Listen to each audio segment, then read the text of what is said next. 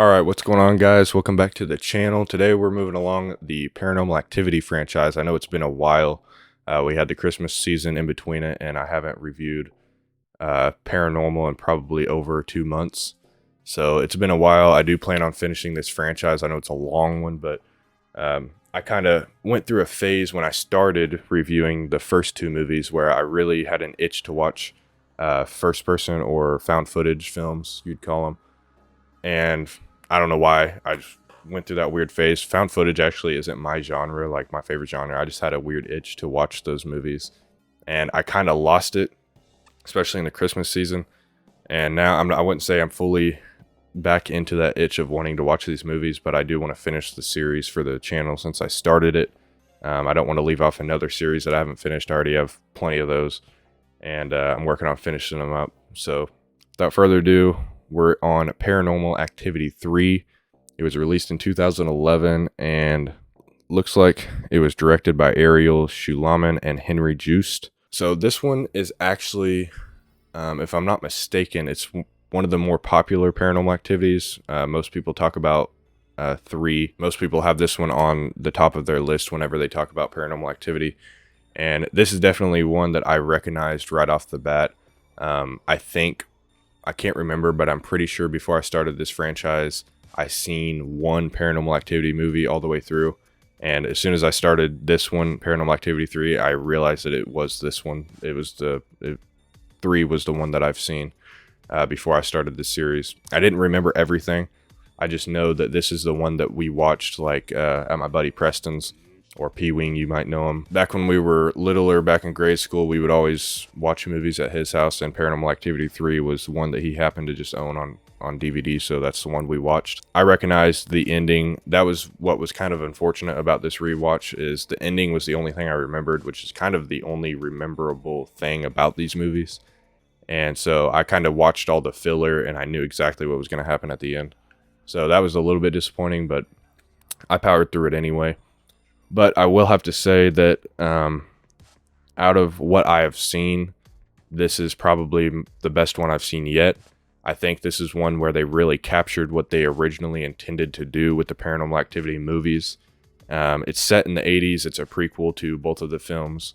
And they're a little bit more experimental with this one. They have the oscillating camera. I don't know if they put it on a fan or what, but it's kind of oscillating. They did more experimental stuff like that, and it set up for some pretty good scares while having some of the classic regular Paranormal Activity tropes.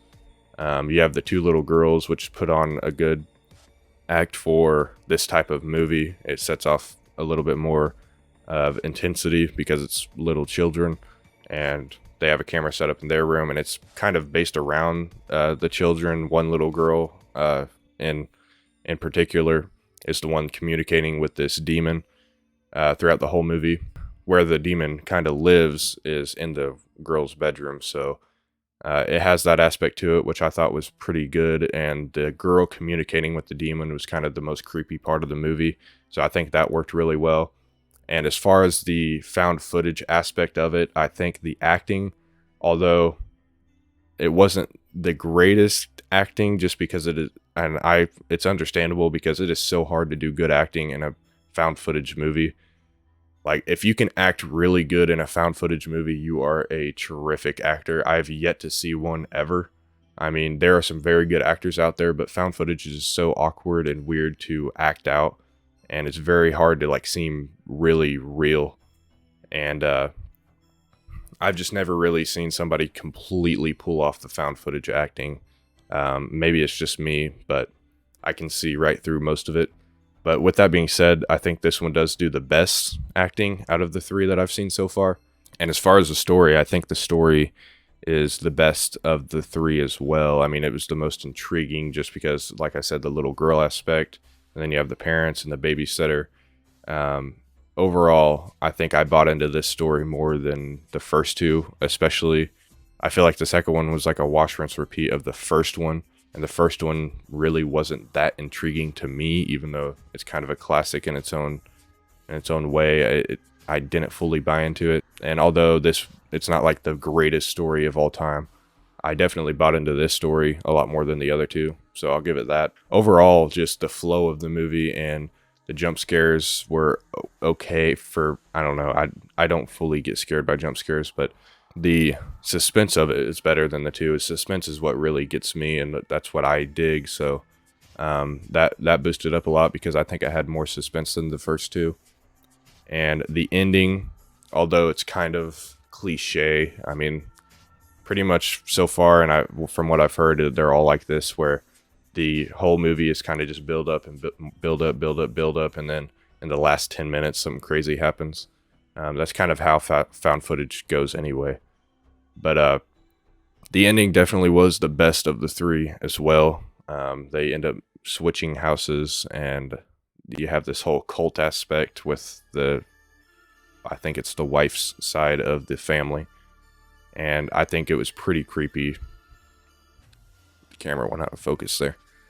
But I think it was pretty creepy for the most part. Although I don't really like that style of filmmaking the most, just where just build up, build up, build up, and then something happens in the last 5 minutes. This one pulled it off the best, in my opinion. So overall, I'm going to give, I can't even remember what I gave Paranormal Activity 1 and 2, but I'm going to give Paranormal Activity 3 at least a 3 stars. I think that's what I said. It's pretty peak for found footage. 3 stars is about as good as you can get for found footage, in my opinion, because it's just not really a movie-made style of movie, if that makes any sense. It's kind of just like anybody can make a found footage. So for found footage, I think 3 stars is really good, and I think this was a good found footage movie. So let me know what you guys think of Paranormal Activity 3. Is it your favorite of the franchise? Is there better coming? Or am I wrong and 1 and 2 is the most popular for being the favorite? I don't know. I'm not really big into the Paranormal Activity community. But let me know what you guys think, and we can have a discussion down in the comments. Hope you guys enjoyed, and I will see you in the next one.